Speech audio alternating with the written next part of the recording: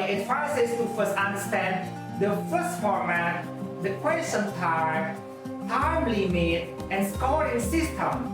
Then improve your phonics skills, reading, writing, listening, and speaking.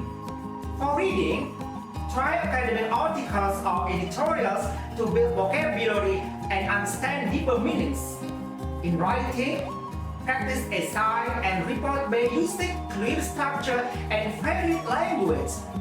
For listening, use podcasts or speech from native speakers to get different accents. To improve speaking, practice with a friend or tutor and focus on fluency and grammar. Also, manage your time well, stay confident, and take care of your health.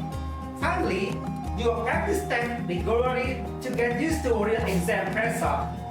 With the right strategy and consistent effort, I believe you can succeed and do well in your new job.